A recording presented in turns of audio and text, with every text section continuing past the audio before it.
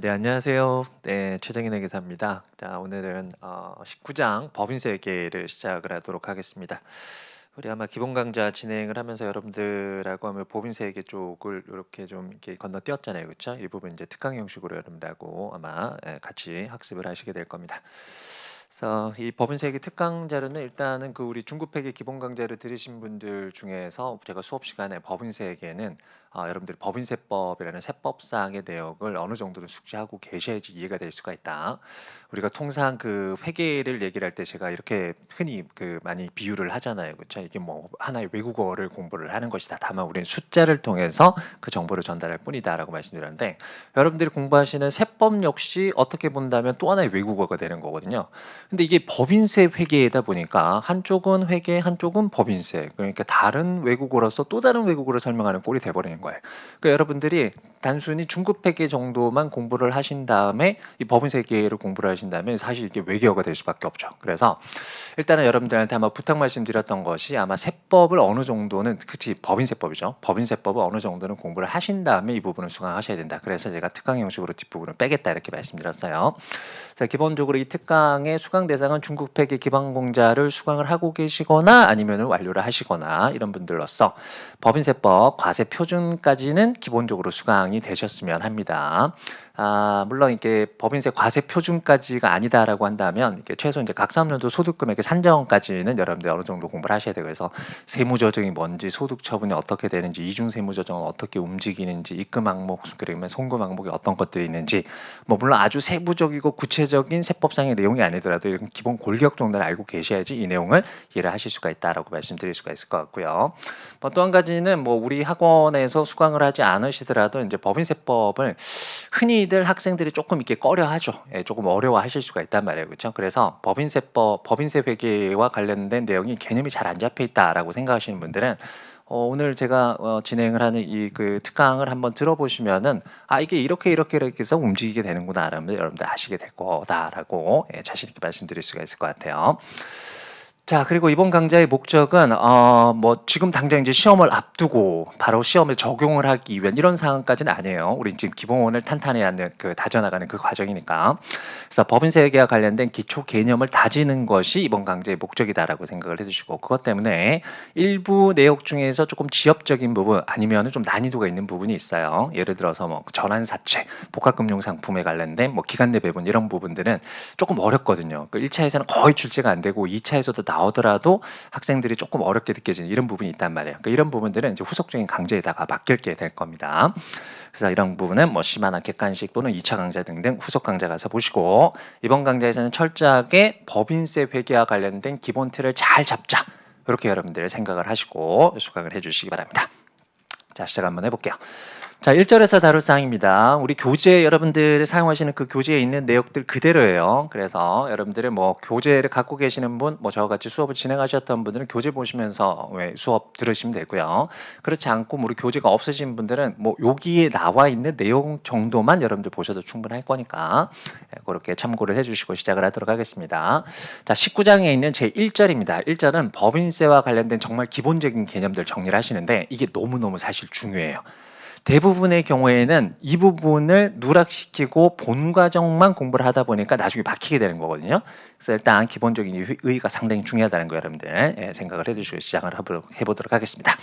법인세는 모르시는 분 없죠. 우리 IFRS에서 법인세는 보고기업의 과세소득에 기초해서 국내 또는 국외에서 부과되는 모든 세금 이렇게 얘기를 하는데, 여러분들 그냥 세법 시간에 공부를 하셨던 그 법인세 이렇게 생각을 하시면 된다고요. 물론 이제 법인세를 실제 계산할 때는 뭐 농특세 뭐 등등 부과되는 세금들까지 다 고려를 하잖아요. 근데 재무회계에서 얘기를 하는 법인세는 일단 우리는 좀 수업 목적이다 보니까 이런 부분들은 이제 모형으로 접근하셔야 돼요. 그래서 일반적인 부가세 등등은 다 없는 것으로 가정을 하고 내용을 진행을 하게 될 겁니다. 실제 시험 문제도 그렇게 출제가 될 거니까 여러분들 걱정 안 하셔도 돼요.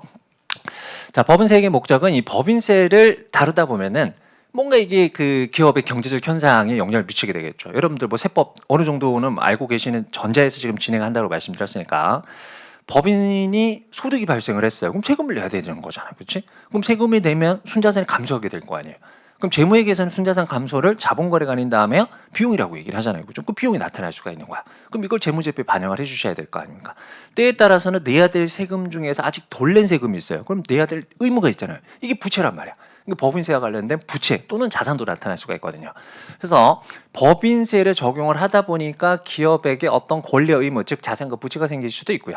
이로 인해서 그 자산 부채 변동에 따라서 수익과 비용 등등이 발생을 할 수가 있거든요. 이걸 적절하게 잘 반영을 해보자라는 것이 법인세의 기본적인 목적이 되겠습니다. 자, 그럼 이걸 반영을 했을 때 재무제표에 어떤 영향을 미치게 될지 일단은 요 두 가지 개념을 여러분들 잘 기억을 하고 계셔야 돼요. 일단 법인세계란 것은 크게 이 단기법인세라는 것이 있고요. 단기법인세가 있고요. 그리고 또 한 가지가 이연법인세라는 것으로 크게 두 가지로 나눠집니다. 뭐 current tax 아니면 뭐 deferred tax라고 얘기를 하는데 실제 그 단기법인세는 세법 그대로예요. 세법 그대로. 사실 이제 재무회계에서 여러분들이 회계 목적으로 공부를 하셔야 될 사항은 요 이연법인세라고 생각을 하시는데 일단은 법인세는 크게 두 가지로 구성된다. 단기법인세하고 이연법인세. 아시겠어요? 자, 단기법인세와 관련돼서 나타난 사항은 세법 규정이죠. 말 그대로 이게 세법, 우리나라 세법. 그래서 여러분들이 세법을 좀 알고 계셔야지 이게 무슨 말씀인지 이해가 된다고요. 제가 뭐 여러분들하고 얘기를 하면서 뭐 유보, 마이너스 유보, 소득처분 막 이런 얘기 막 꺼내기 시작을 할 겁니다. 그래서 법인세법 전혀 모르는 상태에서 이 얘기 들으면 완전히 외계어예요. 자, 세법 규정에 따라서 해당 회계 기간이 기업이 부담하는 법인세에 대해서 회계 처리를 하는 과정을 단기법인세라고 얘기를 하고요. 이연법인세는 뭐냐 하면 세법 규정에 따라서 뭔가 법인세를 대입을 하다 보니까 뭔가 미래의 영향이 발생을 하는 거야. 그 미래의 영향을 재무제표에 반영하는 과정이 이연법인세가 되는 겁니다.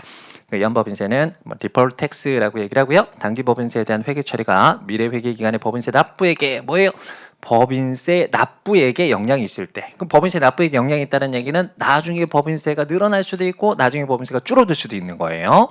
이런 영향이 있을 때 그 경제적 효과에 대해서 회계 처리하는 것을 우린 이연법인세라고 얘기를 하게 됩니다. 자, 단기법인세 또는 이연법인세 관련해서 기업의 권리 의무가 발생을 할 수가 있대요. 지금 당장은 여기에 정리되어 있던 내용이 머릿속에 착 와닿지 않아도 돼요. 일단 여러분들도 소개를 하는 거예요. 단기법인세가 뭐고 이연법인세가 뭐고 단기법인세 어떤 자산부채가 있고 이런 것들을 소개하는 과정이고 세부적인 사항들은 2절부터 쭉 나오게 될 거니까 일단 전체 과정을 흐름을 한번 보자고요. 자, 단기법인세 또는 이연법인세와 관련해서 기업의 권리가 나타날 수도 있고 의무가 나타날 수도 있답니다. 이 권리 의무는 이제 재무상태표에 다음 같은 항목으로 표시를 하게 되겠죠. 단기법인세입니다. 보고기간 말 현재 환급받을 권리가 발생을 할 수도 있고요. 보고기간 말 현재 납부할 의무가 발생할 수도 있는데 이 부분이 여러분들이 이제 세법의 법인세 계산 구조를 알고 계시면 이게 딱 나와. 단기 법인세 총부담세액이라는 게 있잖아요, 그렇죠? 그 법인세 단기 법인세 총부담세액이라는 것이 결국적으로는 기업이 그 사업연도에 내야 될 세금을 얘기를 하는 거잖아요. 근데 그 세금 중에서 일부만큼은 미리 낸 세금도 있고요. 일부만큼 아직 내지 않은 세금도 있잖아요, 그렇죠? 뭐 그 사업연도 말이 됐을 때 그 사업연도 말 현재 아직 내지 않았다, 그럼 내야 되잖아요, 거예요. 이걸 부채라고 얘기를 한다고. 얘를 재무회계에서는 뭐라고 얘기를 할 거냐면 단기법인세 부채라고 얘기를 합니다. 실무적으로 이 단기법인세 부채를 나타내는 구체적인 계정 과목이 미지급 법인세가 되는 거예요. 근데 어떤 경우에 이런 경우가 있잖아요. 중간에 내가 미리 낸 세금이 1,000인데 내야 될 세금 전체를 생각해 봤더니 이 800밖에 안 되는 거야. 그럼 너무 많이 냈잖아요. 그럼 200만큼 돌려받게 되죠. 이걸 법인세법에서 미수법인세 환급액이라고 얘기를 하잖아요, 그렇죠? 이걸 IFRS 재무회계에서는 초과해서 납부를 해서 돌려받을 금액이 생겼네. 그럼 돌려받을 권리를 재무제표에 나타내자. 얘를 단기법인세 자산이라고 얘기를 한다고요. 아시겠어요? 그래서 단기법인세 자산, 단기법인세 부채는 세부적인 계정 과목이라기보다는 큰 틀이다라고 생각을 하시면 돼요. 우리가 앞서 우리 중급회계 등등 공부를 할 때 유형자산이라는 큰 틀 아래 건물이라는 계정, 뭐 토지라는 계정 이런 것들이 있었잖아. 그 마찬가지라고. 단기법인세 자산이라는 틀 안에 세부적으로 우리가 회계 처리한다면 미수법인세 환급액이라고 얘기를 하는 거고요. 그리고 단기법인세 부채라는 틀 안에 구체적으로 얘기를 할 때는 미지급 법인세 이렇게 얘기를 하게 되는 거예요. 자, 이런 부분들이 있고, 근데 이런 부분들 제가 뭐 판서를 할 때는 조금 길다 보니까 단기법인세 자산 current tax라고 얘기를 했잖아요, 그렇죠? 자산이니까 어셋 붙여서 CTA라고 얘기를 할 거고요. 반면 단기법인세 부채의 경우는 current tax, liability, CTL 뭐 등등 이렇게 이름을 붙이게 될 겁니다. 그리고 이연법인세도 마찬가지입니다. 이연법인세의 경우에도 권리 의무가 나타날 수도 있는데 이연법인세는 일단 권리란 것은 미래 납부액을 줄이는 거. 납부액의 감소입니다. 이거 중요한 개념이에요. 이게 왜 중요한지는 나중에 또 말씀드릴 거예요. 자, 미래 법인세 납부액의 감소가 될 수 있는 현재의 권리가 있다. 그 권리를 나타내는 게 이연법인세 자산입니다. deferred tax asset 식이 되는 거고요. 때에 따라서는 뭔가 올해 세법 규정을 적용을 했더니 나중에 내야 될 세금이 늘어나는 효과. 그럼 늘어나는 효과에 대해서 나는 지급할 의무가 발생을 하게 되는 거거든요. 그 의무를 나타낸 것을 납부액의 증가와 관련된 사항을 우리는 이연법인세 부채라고 얘기를 합니다. Deferred Tax Liability, DTL 등등으로 이렇게 이름 붙이도록 하겠습니다. 됐나요? 자, 그러면 지금 내용은 정확하게 뭔지는 모르겠지만 법인세액을 적용한다면 단기 법인세와 관련된 자산 부채 그리고 이연 법인세와 관련된 자산 부채가 나타날 수 있다라는 거는 여러분들 일단 쓱 들었단 말이에요, 그렇죠? 근데 이게 자산 부채다 보니까 이 자산 부채가 변동을 해 이제 재무회계 전목 출연을 하는 거야. 자, 우리가 그 기본 강좌를 쭉 말씀드리면서 여러분들 항상 기본적인 개념이 중요하다고 말씀드렸잖아요, 그렇죠? 수익과 비용에 대한 정의가 뭐였죠? 뭐가 수익과 비용이었나요? 자본 거래를 제외한 순자산의 변동, 자산의 증감, 부채의 증감. 이 부분은 우리가 수익과 비용이라고 정의를 내렸던 거잖아요. 그렇죠? 그러면 뭔지 모르겠지만 단기 법인세, 이연 법인세를 적용하다 보면 자산과 부채가 생기고 근데 이 자산과 부채가 변동을 할 수가 있는 거야. 아시겠어요? 근데 이게 자본 거래가 아니잖아요. 그렇죠? 그럼 이 여기서 발생하는 부분들이 기본적으로 손익 효과가 발생을 하는 겁니다. 자, 단기 법인세와 이연 법인세 회계 처리로 인한 법인세와 관련된 자산 그리고 부채의 변동 효과가 나타날 수 있는데 이 부분을 우리는 법인세 효과라고 얘기를 해요.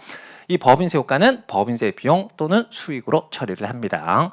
그 일반적으로는 법인세 비용이라고 생각하시면 되고요. 근데 이걸 조금 공부하다 보면은 때에 따라서는 법인세와 관련된 자산 부채 순 증가가 나타날 수도 있어요. 순자산의 증가. 그럼 오히려 법인세 수익이 발생하는 경우도 있을 수도 있습니다. 네. 자, 또한 한편 발생한 법인세 효과 중에서 일부가 기타 포괄손익 거래 또는 자본 거래를 원인으로 한다면 이와 관련된 법인세 효과도 발생시킨 거래에 따라 기타 포괄손익 또는 자본 거래로 인식되어야 됩니다. 따라서 전체 법인세 효과는 그 발생 거래 성격에 따라서 단기 손익으로 보고가 될 수도 있고 기타 포괄손익으로 보고가 될 수도 있고 자본에 직접 귀속되는 부분으로 배분될 수도 있어요. 이런 과정을 우리는 기간 내 배분이라고 이름을 붙이게 되는 겁니다. 일단은 무슨 말인지 아직까지 몰라요. 제가 전체 과정에 대해서 개략적으로 지금 설명을 드리고 있는 거예요. 아시겠어요? 자, 이 부분에 이렇게 요약을 한다면 이렇게 되는 거죠. 자, 단기 법인세를 계산하고 이연 법인세 두 가지 구성 항목이 있다라고 말씀드렸어요. 이 단기 법인세와 관련된 자산 부채의 단기 변동 그리고 이연 법인세와 관련된 자산 부채의 단기 변동 그 각각을 단기 법인세 비용 또는 이연 법인세 비용 등등으로 각각 지칭을 하고 이 두 가지를 모두 합한 금액이 결과적으로는 법인세와 관련된 자산 부채 변동 효과 총액이에요. 그래서 이걸 전체 법인세 비용 또는 수익 이렇게 잡는단 말이에요. 그렇죠? 그래서 흔히 우리는 이렇게까지 흘러오는 과정에 대해서 뭐라고 이름을 붙일 거냐면 기간간 배분회계라고 얘기를 합니다. 이건 IFRS 쓰는 정식적인 용어는 아닌데 재무회계를 하는 사람들은 누구나 이런 용어를 써요. 그래서 여러분들도 공통적으로 우리가 약속을 하고 있는 용어에 대해서는 같이 여러분들 동참하실 수밖에 없잖아요. 그 부분은 우리가 기간간 배분이라고 얘기를 하고요. 아시겠어요? 자, 문제는 여기서 나는 이 전체 총 법인세 비용인데 이 전체 총 법인세 비용이 때에 따라서는 이게 단기 손익 거래 때문에 발생한 게 아니고 자본 거래나 또는 기타 포괄손익 거래 때문에 이 법인세 효과가 발생하는 경우도 있어요.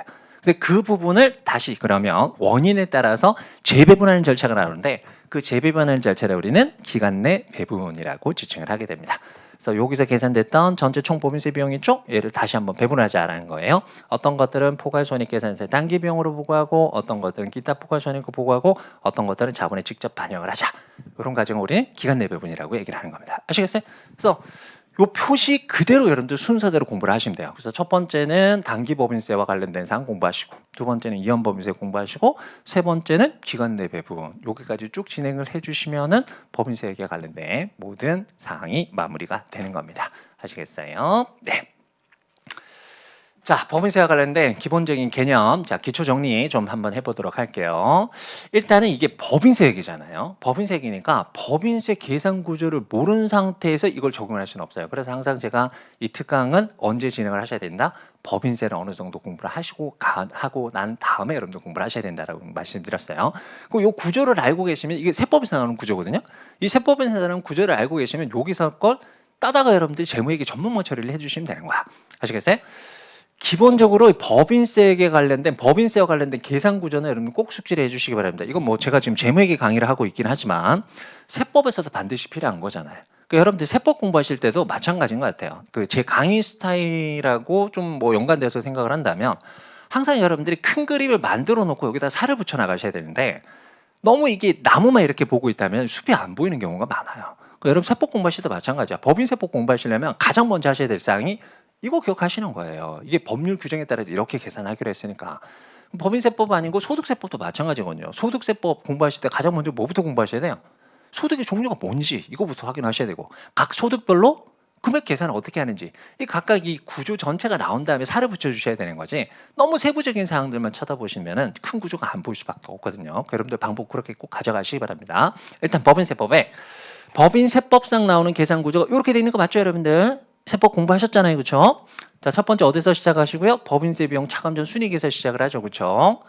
물론 여러분들이 아마 세법 시간에 공부를 하실 때는 막 단기 순이익에서 시작하시는 경우도 있는데 어차피 법인세 비용이라는 게 송금불세 기타 사회출 처리가 되는 거잖아. 그렇죠, 여러분들? 그래서 기본적으로 실제 양식에서는 법인세 비용 차감 전 순이익에서 시작해서 법인세를 계산하도록 하는 구조예요. 여기서 시작을 하시고 그러면 세무조정이라는 것이 이렇게 나오잖아요, 그렇죠? 뭐 가산조정, 차감조정, 입금산입, 송금불산입, 송금산입, 입금불산입 뭐 이런 것들 나오잖아요, 그렇죠? 뭐 세무조정 이렇게 쭉 나올 겁니다. 그래서 계산된 금액이 각 사업연도 소득금액 이렇게 나오겠죠? 각 사업연도 소득금액 나오면 그 다음 단계가 뭡니까? 2월 결성금, 비과세 소득, 소득공제 차감하는 거죠. 우리가 흔히 이비소라고 얘기를 하는 거. 입사 차감에서 나오는 게 뭡니까? 법인세 과세 표준이 나오는 거죠. 항상 과세 표준이 나온다면 그 다음 단계는 세율이 나와야 되는 거예요. 그렇죠? 무조건 세율이에요. 과표 나오면 세율 이렇게 적용될 겁니다. 우리나라 법인세법상에 적용되고 있는 세율 여러분들 생각을 해주시면 되는 거예요. 그래서 세율을 적용해서 나오는 게 법인세 산출세액이 되는 거겠죠. 법인세 산출세액. 법인세 산출세액이 나오면은 그 다음 단계가 이제 공제세액, 뭐 세액공제세액 감면 차감하시고, 뭐 가산세 있으면 가산세 플러스 하시고, 감면분 추납세액이 있으면 붙여주시고 이렇게 되는 거잖아요. 이렇게 나오는 게 이제 법인세 부담액이 이렇게 법인세 총부담세액이 이렇게 계산될 겁니다. 근데 법인세 총부담세액이 뭡니까? 그 사업연도 동안 실질적으로 그 법인과 관련해서 내야 될 세금을 얘기를 하는 거잖아요. 그렇죠, 여러분들? 맞나요? 근데 이게 미리 내야 되는 세금들이 좀 있잖아요, 그렇지? 우리 뭐 그 기납부세액이라고 얘기를 하는 거 있잖아요, 기납부세. 그 기납부세액 뭐 중간예납세, 뭐 이렇게 수시부가세액, 뭐 원천징수세액 이런 것들 있잖아요. 그 얘는 미리 납부가 끝났단 말이야. 그 나머지 금액이 요만큼 남을 겁니다. 이게 차감 납부세액이라고 얘기를 하고요. 얘를 사업연도 종료일에 속하는 달의 말일로부터 3개월 이내 납부 이렇게 해주시면 되는 거죠. 아시겠어요? 요 구조는 여러분들 알고 가셔야 돼요. 꼭 알고 가셔야 됩니다. 됐나요? 여기서 여러 가지가 이렇게 파생돼서 나오는 거예요. 아시겠어요, 여러분들? 네. 자, 첫 번째 개념입니다. 요 법인세 계산 구조 하에서 시작하셔야 될 첫 번째 사항은 이런 부분이 있네요. 자, 회계이익과 과세소득이라는 표현이 나왔어요. 이게 IFRS에서 사용하고 있는 용어란 말이에요. 항상 우리가 회계 원리 시간부터 말씀드리잖아요, 여러분들. 우리가 얘기하고 있는 건 언어예요, 언어. 언어는 사회적 약속이라고요. 그래서 우리 회계를 하는 사람들은 법인세 회계와 관련해서 이런 용어를 쓰기로 했다라고 기준시에서 못 박아버린다면 그건 여러분들이 익힐 수밖에 없어요. 이건 사회적 약속이니까. 아시겠습니까? 자, 첫 번째. 회계이익이라는 용어가 법인세와 관련된 문제를 보면 나오기 시작할 거야. 근데 이 회계이익이 뭐냐 하면 그냥 이거예요. 법인세 비용 차감 전 순이익을 얘기를 하는 겁니다. 아까 법인세 계산 구조에서 요거 있었잖아요, 그렇죠? 첫 번째는 법인세 비용 차감 전 순이익에서 시작해서 세법 이렇게 계산하는 거잖아요, 그렇죠? 요걸 우리가 회계이익이라고 얘기를 한다고요. 아시겠어요? 그래서 시험 문제 앞으로 회계이익은 얼마이다. 이렇게 나온다면 이거 그냥 일반적으로 얘기는 법인세 비용 차감 전 순이익 세전이익이다. 이렇게 생각을 하고 가시면 되는 겁니다. 오케이. 자, 또 한 가지는 과세 소득이라는 표현이 나와요. 이거 세법에서 나오는 표현이 아니죠. 세법에서는 뭐 각 사업주 소득 금액 과세 표준 이런 표현을 쓰지 과세 소득이라는 표현을 쓰진 않잖아요. 그런데 역시 IFRS에서는 과세 소득이라는 이름을 딱 붙여놨는데 요 과세 소득이라는 표현이 현재 우리나라 법인세법에서는 딱 맞는 그런 개념은 아니야. 여러분들이 어떻게 생각을 하시면 되냐면 이건 세무상 과세 표준이다라고 생각을 해주시면 되는 겁니다. 아시겠어요, 여러분들? 과세 소득이라는 것은 과세 표준이다 이렇게 생각을 하고 여러분들 진행을 하시기 바랍니다. 요 표현 나온 김에 여러분들 같이 한번 얘기를 한번 해볼게요. 제가 말씀드렸다시피 이게 이제 과세 소득의 개념이 이렇게 되는데 여러분들 과세 표준은 우리나라 법률상 세법상 0 이하로 떨어질 수 있나요, 없나요? 안 되죠, 그렇죠? 과세 표준이 플러스라는 얘기는 무조건 다음에 세율이니까 내야 될 세금이 생긴다는 얘기고요. 과세 표준이 마이너스라는 얘기인데 만약에 얘가 마이너스가 허용이 된다라고 한다면 세율 적용하면 마이너스 세금이 계산되는 거잖아요. 플러스 세금이 내가 내야 될 세금이니까 마이너스 세금은 돌려받을 세금. 이게 말이 안 되잖아요. 이게 국가가 그런 곳이 아니라고요. 번 거 있으면 돈 내라. 벌지 않고 손해가 봤으면 세금 돌려줄게. 이런 국가 없다고요. 아시겠어요? 그래서 장사를 잘못해서 마이너스 과세 표준이 나온다? 그러면 세금을 돌려주지 않고 어떻게 처리합니까? 빵 이렇게 하는 거죠. 그래서 항상 과세 표준이란 것은 0보다 크거나 같다 이렇게 되는 거지. 과세 표시 마이너스 줄어들 수는 없다. 네. 자, 여기까지 말씀드렸습니다. 자, 법인세액은 회계이익이 아닌 법인세를 산출하는 대상 금액인 과세소득을 기초로 산출합니다. 이건 세법의 내용하고 똑같고요. 회계이익과 과세소득은 다음의 이유로 그 차이가 발생할 수 있다라고 나오는데 이건 아마 여러분들 세법 시간에도 아마 공부를 하셨던 것 같아요. 그냥 쭉 읽고 넘어갑시다. 자, 첫 번째는 조세 정책 목적에 따른 차이입니다. 대표적인 게 접대비 한도 초과액 이런 거잖아요. 그렇죠? 재무회계에서는 접대비 한도 초과 이런 개념이 없어요. 그냥 접대 목적에 따라서 순자산이 그만큼 감소했다? 그럼 다 비용인 거야. 근데 문제는 세법에서는 이런 게 있잖아요. 그렇죠? 그럼 접대 목적으로 돈을 많이 썼네? 순자산이 감소했네? 그럼 송금? 그럼 세금이 깎이네? 제가 술 먹고 막 이렇게 접대 많이 했는데 왜 거기다가 내가 세금까지 깎아줘야 되지? 뭐 이런 개념이잖아요.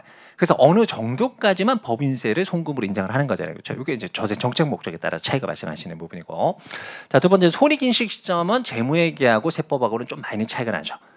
재무회계에서는 뭐 기본적으로 이제 발생주의잖아요, 그렇죠? 기본적으로 발생주의에 따라 처리를 하는 거지만 세법에서는 권리 뭐 확정주의라는 부분, 법률적 개념을 쓰다 보니까 귀속지는 엄청나게 차이가 날 수가 있겠습니다. 그리고 과세소득 개념 차이가 나타날 수 있는 것도 가장 대표적으로 이런 거 대표적인 게 자기주식 처분 손익인 것 같아요. 재무회계에서는 자기주식 처분 손익은 철저히 주주와의 거래, 자본거래와 관련된 사유니까 이건 수익비용 정의 자체에 충족할 수가 없죠. 그래서 얘는 손익계산서에 등장하는 개념이 아니란 말이에요. 근데 세법은 그런 놈이 아니라고. 세법의 기본적인, 제가 극단적으로 얘기를 한번 해볼게요. 세법은 뭐 하는 거예요? 세금 뜯어내는 거야. 돈 번 거 있다? 그럼 무조건 세금 내라는 거야. 이게 자본거래인지 그런 가릴 필요가 없다고. 그래서 기업이 자기 주식을 취득했다가 팔았는데 뭔가 돈을 낸게 먹었어. 그럼 너 번 거 아니야? 세금 내라. 이렇게 나오는 게 세법의 기본적인 개념이란 말이에요. 아시겠어요? 그러다 보니까 가장 대표적인 게 자기 주식 처분 손익인 것 같아. 재무회계에서는 자본거래니까 얘는 손익거래가 아니야. 무조건 회계이익이 반영이 안 될 거 아니에요. 세전이익에. 하지만 세법상으로는 번기에 있으니까 세금을 내야 될 거야. 그러면 얘를 어떻게 처리합니까? 입금 또는 송금으로 처리하게 된다고. 여기서 차이가 발생을 할 수가 있고요. 나머지 자산부채 평가 방법의 차이. 이건 진짜 많이 차이가 나죠. 아직까지도 법인세법은 기본적으로는 무슨 개념에 입각하고 있습니까? 이게 원가주의에 입각을 하고 있죠. 그렇죠? 옛날 재무회계에서 쓰던 방법이에요. 근데 이미 재무회계는 흘러 들어와서 지금은 거의 기본적인 원칙 자체가 제가 그 한국재택 국제회계의 기본적인 특징을 얘기를 할 때 가장 강조 말씀드렸던 것 중에 한 가지가 뭡니까? 자산부채는 가능하면 공정가치로 평가하자고 보죠. 그래서 상당히 많은 자산과 부채가 공정가치로 평가가 되는데 세법은 아직까지도 원가주의 입각을 하고 있단 말이에요. 그 평가와 관련된 차이가 어마어마하게 많이 발생을 할 수가 있는 겁니다. 이런 대목들 때문에 차이가 발생을 할 수가 있죠. 자, 따라서 기업이 특정 회계기간에 부담할 법인세를 계산하기 위해서는 우선 회계이익에서 과세소득으로 조정해야 되는 과정이 필요한데 이를 우린 세무조정이라고 얘기를 하게 되겠죠. 네. 자, 그러면 이 세무조정을 해요. 세무조정을 하다 보면은 어떤 입금산, 가산조정, 차감조정 등등이 나올 수가 있잖아요. 그렇죠? 세법에서는 세무조정의 결과를 나타내기 위해서 우리 소득처분이라는 걸 하잖아요. 근데 소득처분의 유형이 크게 사내유보하고 사외출 이렇게 되는 거죠. 그 사내유보가 말 그대로 유보 또는 마이너스 유보. 그리고 또 뭐가 있습니까? 이제 기타라는 거 이렇게 나타낼 수가 있고 사회 유출되는 것이 뭐 배당, 상여, 기타 소득, 뭐 기타 사회 유출 뭐 이렇게 처리되는 부분을 얘기를 하는 거잖아요. 이건 세법상의 규정이고 재무회계로 넘어와서 IFRS에서는 이 일종의 소득 처분이에요. 일종의 소득 처분을 크게 두 가지로만 나눕니다. 얘를 일시적 차이냐 비일시적 차이냐 이렇게만 나눠요. 근데 이렇게 나누다 보니까 세법을 어느 정도 공부하셨던 분들은 오히려 더 쉬울 수가 있어. 이름에서 다 나오잖아요. 일시적 차이, 비일시적 차이. 일시적 차이는 뭡니까? 지금만 차이가 나고 나중에는 차이가 발생하지 않는 거야. 언젠가는 차이 조정이 발생한단 말이에요. 이거 뭘 얘기를 할까요? 일시적 차이라는 게. 이게 여러분들 세법 시간에 공부를 하셨던 유보 또는 마이너스 유보를 얘기를 하는 겁니다. 그래서 항상 이게 재무회계에서 이런 표현이 많으시잖아요. 빚자 쓰잖아요. 그러니까 빚자는 아닐 빚자잖아요. 일시적 차이가 아닌 것들은 다 비일시적 차이예요. 그러니까 여러분들 세법 시간에 공부하셨던 항목 중에서 유보 마이너스 유보를 제외한 나머지 모두 다 비일시적 차이 이렇게 집어넣으시면 되는 거예요. 아시겠어요? 재무회계에서는 유보 마이너스 유보 기타 소득 사회 이렇게 하는 게 아니다. 뭐로 구분한다고요? 일시적 차이냐 비일시적 차이냐. 근데 일시적 차이는 세법 시간에 공부를 했었던 결과적으로 얘를 얘기한다. 오케이? 네.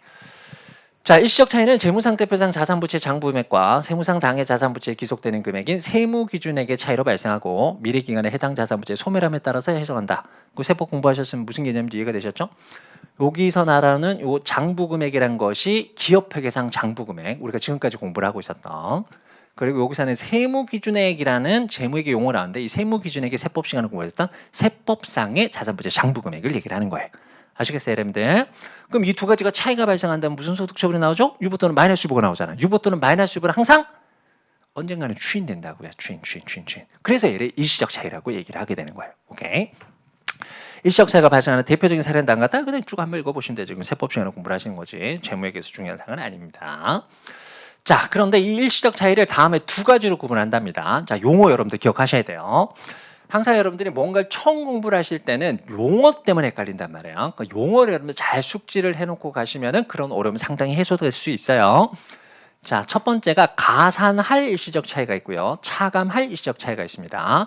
주의하셔야 돼요. 처음 공부하실 땐 가산한 일시적 차이, 차감한 일시적 차이. 이게 아니에요.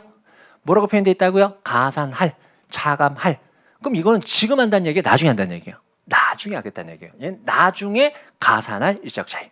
얘는 나중에 차감할 일시적 차이. 즉 미래 가산할, 미래 차감할 이렇게 생각하시면 되는 거예요. 그럼 이거 여러분들이 이미 세법 공부하셨으니까 가산할 일시적 차이는 지금 현재 뭐가 발생했다는 얘기예요? 이게 발생했다는 얘기죠. 현재 마이너스 유보가 나타났으니까 나중에 어떻게 됩니까? 플러스 유보가 되면서 미래 과세 소득이 늘어나게 될 거 아니야. 뭔 말씀인지 아시겠어요? 얘를 뭐라고 표현한다고요? 가산할 일시적 차이. 반대로 차감할 일시적 차이는 뭘 얘기를 한다고요? 지금 세무조정을 해봤더니 이게 나타났다는 얘기죠. 유보가 나타났으니까 언젠가는 마이너스 유보 추인이 발생할 거 아니야. 그럼 나중에 마이너스 유보 추인이 발생할 때 나중에 소득 금액은 그만큼 줄 거 아니에요. 아시겠어요? 그래서 요게 처음에는 막 헷갈릴 수가 있어. 가산할 일시적 차이, 가산됐으니까 유보인가? 이렇게 하는 순간 완전히 나가리라고요. 뭔 말씀인지 아시겠어요? 그래서 가산할 일시적 차이는 앞에 여러분들 머릿속에 이렇게 생각, 미래 가산할 이렇게 생각하시라고요. 차감할 일시적 차이는 뭐라고? 미래 차감할 이렇게 생각하시라고요. 그래서 가산할 일시적 차이는 지금 현재로서는 마이너스 유보예요. 차감할 일시적 차이는 지금 현재는 유보예요. 이렇게 생각하셔야 된다고요. 오케이? 자, 그런 표현이었습니다. 반면 일시적 차이에 해당하지 않는 나머지 항목들입니다. 나머지 항목들은 다 비일시적 차이입니다. 비일시적 차이는 그냥 어쩌고저쩌고 쭉 한번 읽어보시면 되겠네요. 자, 여기까지가 우리가 기본 중에 기본으로서 여러분들이 다루고 가셔야 되는 기본적인 개념들을 같이 한번 정리를 한번 해볼게요. 자, 지금부터 이제 본격적으로 차근차근 흘러갈 겁니다. 자, 제가 처음 시작하면서 여러분들이 한테 뭐라고 말씀드렸냐면 순서를 단기법인세라는 게 있고 이연법인세라는 것이 있다. 이 두 가지를 통상 우리는 기간간 배분이라고 얘기를 한다. 나중에 이 부분을 당기손익, 기타포괄손익 그리고 자본이 직접 비축되는 항목으로 나누는 과정, 배분하는 과정을 기간내 배분이라고 얘기를 한다고 말씀드렸어요. 이 순서대로 그대로 공부를 하시는 거예요. 그럼 가장 먼저 공부하셔야 될 사항은 뭡니까? 단기법인세계죠. 단기법인세계.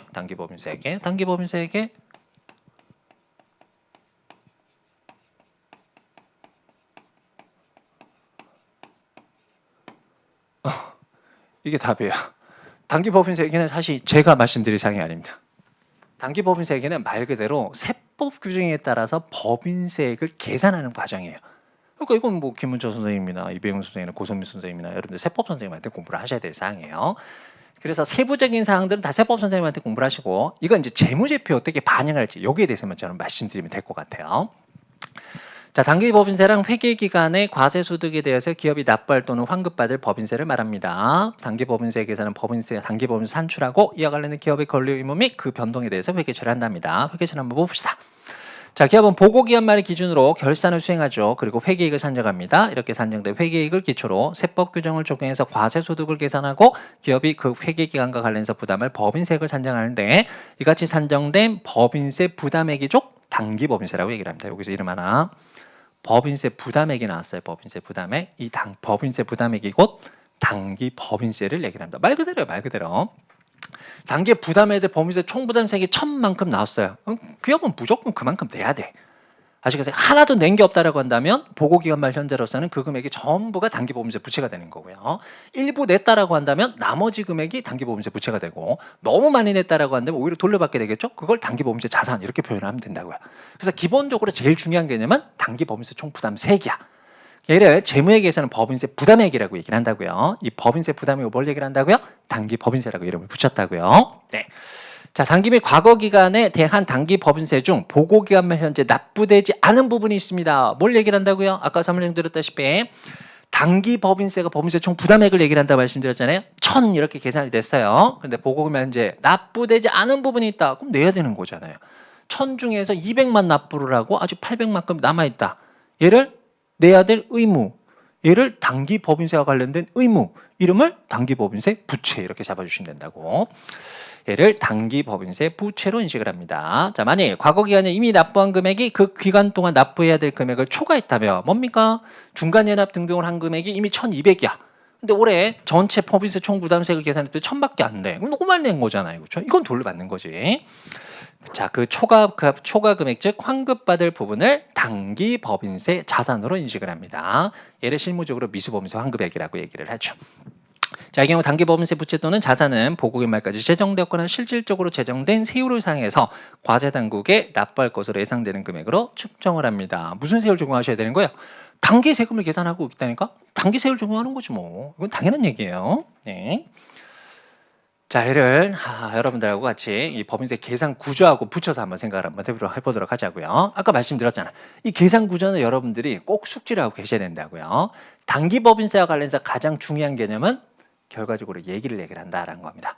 이 복잡한 과정을 거쳐서 결과적으로 내가 내야 될 그 사업연도와 관련해서 내야 될 세금을 계산해 봤더니 1,000만큼 나왔다. 이게 단기 법인세예요. 이만큼 무조건 순자산 감소가 발생을 한다고. 이 중에서 미리 납부한 금액이 있으면 아마 성급법인세 이렇게 회계 처리가 돼 있을 거예요. 그리고 차감 납부할세액이라고 얘기를 해줘. 결과적으로 이 금액만큼이 단기 법인세 부채 또는 자산으로 처리가 됩니다. 이를 회계 처리 모양새를 통해서 여러분들하고 확인하면 이렇게 되는 거예요. 자, 단기 법인세 자산, 단기 법인세 부채 한번 읽어보시면 되고요. 말씀드렸다시피 단기 법인세 자산은 실무적으로 미수 법인세 환급액이라는 개정 과목을 이용을 하고 단기 법인세 부채는 미지급 법인세라고 이름 붙일 겁니다. 이제 요 회계 처리 모양새를 이제 보셔야 돼요. 말씀드렸다시피 법인세 총 부담세액은 세법 선생님한테 공부를 하시는 거야. 우린 그 결과를 이용을 해서 회계 처리가 어떻게 되는지 확인하시는 거라고 아시겠어요?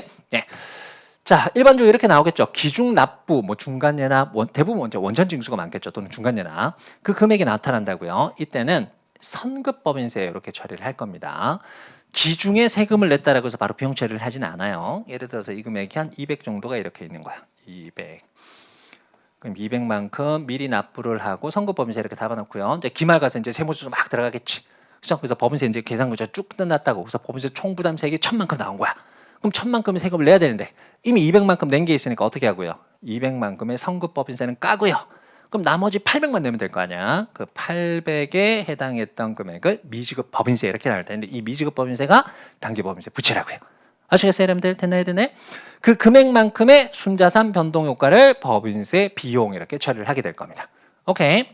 일반적으로 우리가 12월 말 법인을 많이 다루잖아요, 그렇죠? 그러면 여기까지가 12월 말까지 이렇게 회계 처리가 끝난다고요. 그럼 10월 말 법인의 경우에는 다음에 3월 31일까지 신고 납부해 주시면 되는 거잖아요, 그렇지? 그래서 이만큼이 납부할 세금이니까 납부할 세금만큼 납부를 하고 미지급 법인세 이렇게 까주시면 되는 거예요. 이 회계 처리 어렵지 않죠? 너무 쉬운 회계 처리잖아요, 그렇죠? 다만 여기서 재무회계 관점에서 한 가지 접근하셔야 될 사항이 이거야. 다시 한번 얘기를 한번 해볼게요. 자, 수익과 비용에 대한 정의가 어떻게 내려지죠? 자본 거래를 제외한 순자산 변동이 수익과 비용이에요. 오케이. 그럼 여기 어디에도 지금 자본 거래는 없잖아. 현금, 선급법인세, 미지급법인세 이런 항목들만 있는 거지. 아시겠어요? 그럼 지금 자본 거래가 아무것도 상관없어요. 그럼 순자산 변동 효과는 다 손익으로 처리가 돼야 된단 말이에요. 근데 첫 번째 기중 납부가 발생을 했습니다. 현금이라는 자산의 감소, 선급법인세라는 자산의 증가. 순자산 변동 있나요, 없나요? 없죠, 그렇죠? 그래서 기중에 중간 연합 등등 선급을 했을 경우에 손익 효과는 나타나지 않아요. 순자산 변동이 없으니까. 오케이. 자, 반면 기말이 됐어요. 기말이 됐더니 이게 움직이잖아. 선급법인세가 감소를 하고 부채가 증가를 하고. 아시겠어요? 이게 순자산 변동 효과라고요. 그 순자산 변동 효과만큼이 증감이 이렇게 발생을 하게 될 겁니다. 이게 뭐가 된다고요? 그래서 얘가 손익 효과가 이렇게 발생을 하게 되는 거라고. 이걸 우리가 단기 법인세 비용이라고 얘기를 한다고. 아시겠어요? 근데 이 단기 법인세 비용이 결과적으로는 선급법인세 계상액하고 미지급법인세 합계하는 금액이니까 뭐가 될 수밖에 없다고요? 법인세 총부담세액이 될 수밖에 없다고요. 그래서 이 금액은 법인세 총부담세액만큼이 항상 뭐가 됩니까? 단기 법인세 비용이 되는 거예요. 아시겠나요? 이 논리를 알고 계시면은 나중에 시험 문제를 딱 받았을 때 바로 해결할 수 있을 거라고 들어갈 수가 있는 거야. 그 예를 들어서 최근 들어서 이런 문제 좀 많이 나오거든. 이연 법인세나 또는 기간 간 배분, 기간 내 배분 이런 부분에 좀 집중하기 위해서 그냥 법인세 총 부담액은 얼마이다. 시험 문제 이렇게 던져놔 버려요. 그럼 그 금액이 뭐라고? 이거 이거라고 법인세 총 부담액이. 뭔 말씀인지 아시겠어요, 여러분들? 됐나요? 자, 또 한 가지. 자, 이제 차기의 납부가 발생을 했습니다. 차기의 납부가 발생할 때 얘는 미지급 법인세라는 부채가 감소했죠. 대신 현금이라는 자산도 감소하잖아요. 그럼 미지급 법인세는 부채가 감소한다면 순자산 증가죠. 현금이라는 자산이 감소한다면 순자산 감소죠. 한쪽은 순자산 증가, 한쪽은 순자산 감소인데 금액이 똑같잖아. 순자산 변동 있다고요, 없다고요? 없다고요. 뭔 말씀인지 아시겠어요? 결과. 단기 법인세와 관련된 순자산 변동 효과는 뭐밖에 없다고요? 법인세 총 부담액만큼만 변동을 한다. 그걸 알고 계시면 되는 거예요. 오케이?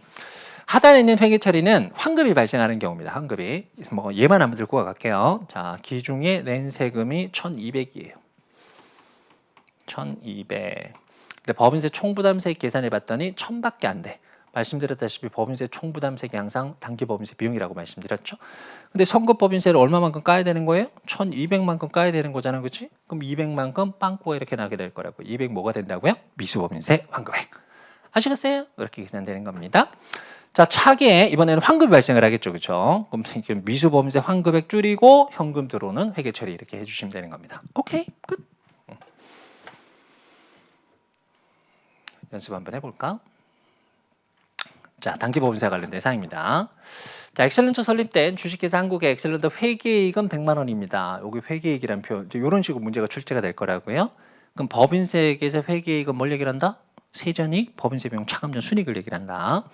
세무조정 사항은 다음과 같습니다. 단기 접대비 한도 초과액은 20만 원만큼 있답니다. 그럼 이 세무조정을 알 수 있어야 된다고요. 이걸 여러분들 시험 문제 물을 거야. 그래서 세법을 알고 계셔야지 이 문제를 풀 수가 있는 거야. 자, 접대비 한도 초과액이 있습니다. 세무조정 일단 플러스 마이너스 가산조정하는 거죠, 그렇죠? 송금 불산이 뭐 이건 뭐 세법 선생님도 말씀을 여러분들한테 하시겠지만 손금 불산입인지 입금 산입인지 차이 있어요, 없어요?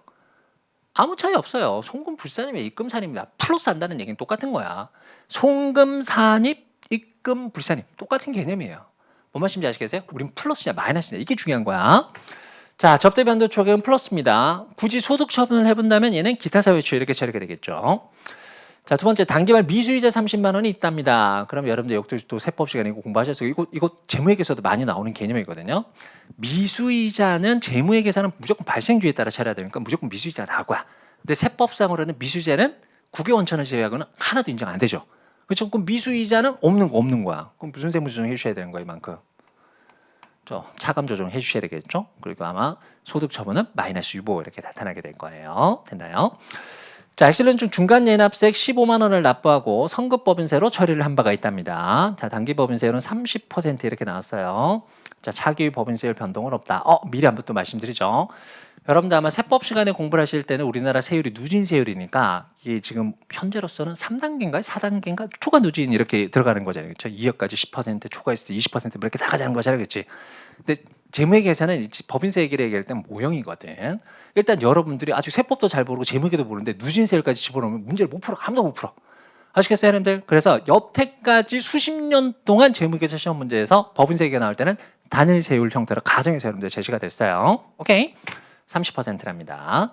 자, 고상입니다. 단기 법인세를 계산하고 이와 관련된 X 1년도 회계 처리를 수행하십시오. 이렇게 돼 있네요. 자, 문제 한번 풀어봅시다. 그러면 자, 볼게요. 단기 법인세 계산해 볼게요. 어디서 시작하시면 된다고요? 회계이익에서 시작한다고요. 단기 X 1년도 시작은 회계이익에서 시작을 하자. 자, 회계이익 자료가 얼마로 제시가 됐죠? 100만 원. 자, 여기서 뭐 붙여주시면 된다고? 이제 세무조정 붙여주시면 되겠죠? 자, 세무조정, 텍스 어서스먼트 나올 겁니다. 제시된 세무조정 사항은 딱 두 개가 있었잖아요. 그렇죠? 첫 번째 뭐가 있고요? 접대비 한도 초과액이란 것이 가산 조정될 것이다.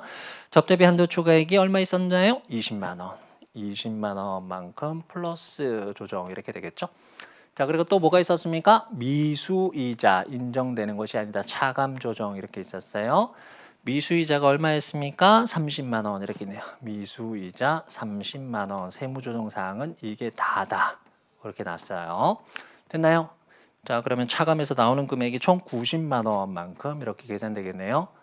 자, 이게 이제 세법 시간에 공부를 했을 때는 각 사업연도 소득 금액 이렇게 계산되는 거죠.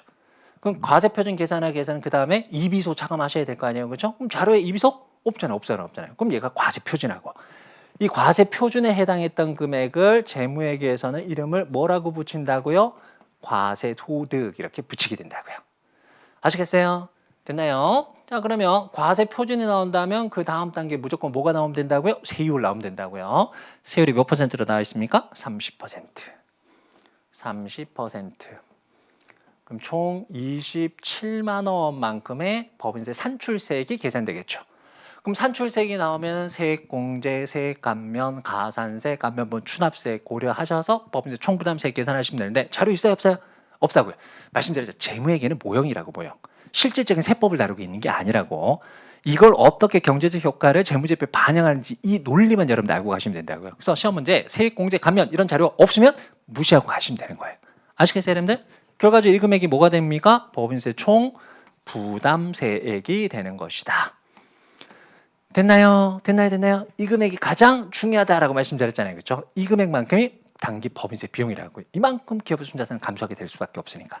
뭔 말씀인지 아시겠어요? 이 금액이 뽑아내는 게 우리 1단계 가장 중요한 개념이다. 됐나요?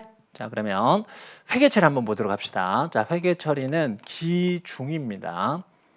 자, 현금 빠져나간 회계 처리가 이미 하나가 있었으니 성급한 금액이 중간이납세액 15만 원만큼을 납부하고 뭐라고 처리했다고요? 선급법인세 처리를 했다고요. 선급법인세 15만 원 이런 처리 해놨다고요. 그리고 보고기간 말 가서 결산하면서 이 짓거리 쭉 분석을 했다라고 혹시. 그럼 회계처리 이렇게 나오겠죠.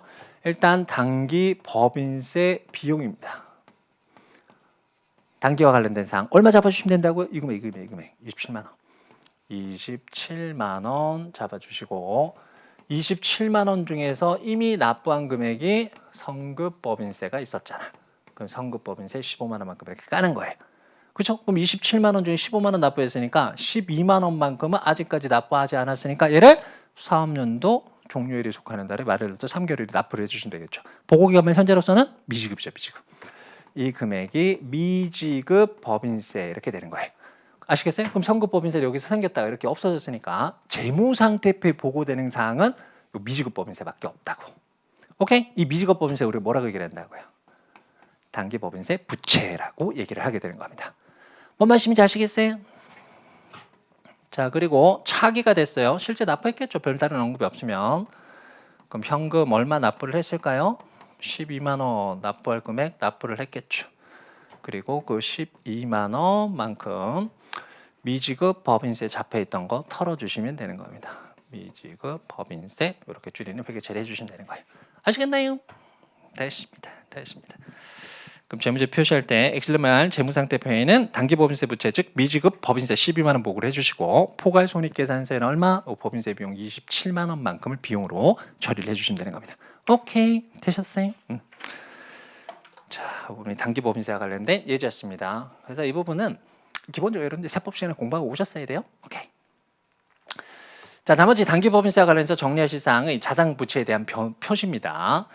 자, 첫 번째가 유동비요동에 대한 구분이 나오는데요. 단기법인세 자산 또는 단기법인세 부채는 유동자산 또는 유동부채로 표시를 한답니다. 이유는 아시겠어요? 우리 아마 그 2장에서 공부를 하셨던 게 있죠. 유동비요동 구분할 경우에는 어떤 게 유동 항목에 해당하는지 어떤 게 비유동 항목에 해당하는지 유동 항목에 해당하는 기준이 있었잖아요. 기억나시나요, 여러분들? 첫 번째 뭐 단기 매매와 관련된 사항이다. 보고기간 말로부터 1년 이내에 현금화가 된다. 그리고 마지막 사항이 뭐가 있었냐면 정상 영업주기 이내에 현금화가 된다. 꼭 떠올려 주셔야 돼요. 아시겠어요? 그 셋 중에 하나만 해당하더라도 얘는 유동 항목으로 분류를 하는 거죠. 그 얘는 사실 1년 기준만 적용하도록 답이 나오는 거야. 자, 여러분들 세법 지식 물어볼게요. 자, 단기 현재 미지급 법인세가 있습니다. 제가 설명을 하면서 한 3-4번 말씀드렸던 것 같아요. 언제까지 납부하셔야 된다고요? 기본적으로 석 달 이내는 납부하셔야 되죠. 아시겠어요? 미수법인세 환급액은 언제 환급이 됩니까? 그럼 요거 아마 공부 안 하셨을 수도 있어. 환급과 관련된 절차에 대해서는 이제 일반 환급이 적용되는 경우가 있거든. 조기 환급이 있고 일반 환급이 있는데 일반 환급의 경우에는 결정된 날로부터 1개월 이내요. 일반적으로 30일 이내 뭐 이렇게 돼 있단 말이에요. 그럼 이 법인세 신고 납부 기한 자체가 사업연도 종료일에 속하는 달에 말일부터 3개월이잖아. 그럼 3개월이 딱 되는 시점에 무조건 아마 결정은 끝날 거야. 그 날짜로부터 30일 이내니까 4월 말이 되면은 무조건 환급이 된단 말이에요. 일반 환급의 경우에는. 아시겠어요? 그럼 얘는 1년 기준 적용합니다. 하나는 3달이네. 하나는 4개월이네. 무조건 1년 이내는 적용되는 거죠. 그래서 얘는 유동 이렇게 처리가 되는 겁니다. 오케이? 자, 또 한 가지는 이제 상계 표시가 나오는데 이건 좀 기억하셔야 될 것 같습니다. 상계 표시. 자, 요거 보지 마시고 일단 여러분들 지금까지 공부하셨던 바를 바탕으로 해서 판단 한번 해봅시다. 단기법인세 자산과 단기법인세 부채는 원칙적으로 상계한다 안 한다? 상계한다 안 한다? 원칙은 안 한다. 에이, 우리 재무제표 표시 일반 원칙 2장에서 공부하셨던 거 있잖아요. 뭐가 있었습니까? 일반 원칙 여러 개, 뭐 8개, 9개 있었잖아요. 그렇죠? 그중에 뭐가 있었어요? 상계. 한국채택국제회계 기준에서 요구하거나 허용하지 않는 이상 자산과 부채, 수익과 비용은 상계하지 않는다. 총액 표시가 원칙이었다고요. 아시겠어요? 그래서 얘도 마찬가지예요. 단기법인세 자산, 단기법인세 부채도 원칙적으로는 총액 표시를 해주시는 겁니다. 자, 다음 조건을 모두 충족하는 경우에만 단기법인세 자산과 단기법인세 부채를 상계합니다. 그 말은 무슨 얘기예요? 이 충족하는 경우가 아니라면 단기법인세 자산, 단기법인세 부채는 각각 총액으로 표시하셔야 된다는 얘기가 되는 거예요. 오케이. 자, 상계 요건입니다. 단기법인세 자산, 단기법인세 부채 상계 조건. 첫 번째는 법적으로 상계할 수 있는 권리입니다. 기업 인식한 금액에 대한 법적으로 집행 가능한 상계 권리를 갖고 있다. 자, 두 번째, 기업이 순액으로 결제하거나 자산을 실현하는 동시에 부채를 결제할 의도가 있다. 상계 의도. 두 가지가 모두 있는 경우면 상계합니다. 참고, 요 상계 요건은 지금 처음 보신 게 아닌 것 같아. 어디서도 보셨습니까? 기억 안 나시나요? 좀 떠올리시면 좋은데, 금융자산과 금융부채. 금융자산 제가 뭐 아마 매출채권 똑같은 상하고 매출채권 매입채무 뭐 이렇게 설명드렸던 것 같은데, 금융자산과 금융부채도 원칙적으로 상계한다 안 한다? 안 한다. 상계 요건이 충족한 경우에만 상계 표시한다. 그때도 똑같아요. 법적으로 상계할 수 있는 권리가 있을까? 기업에 상계할 의도가 있을까? 이 두 가지가 모두 있는 경우에만 상계합니다. 아시겠어요? 근데 우리나라의 경우에는 단기법인세와 관련된 사항에 대해서 일반적으로 법적 상계가 원래 있어요. 법적으로.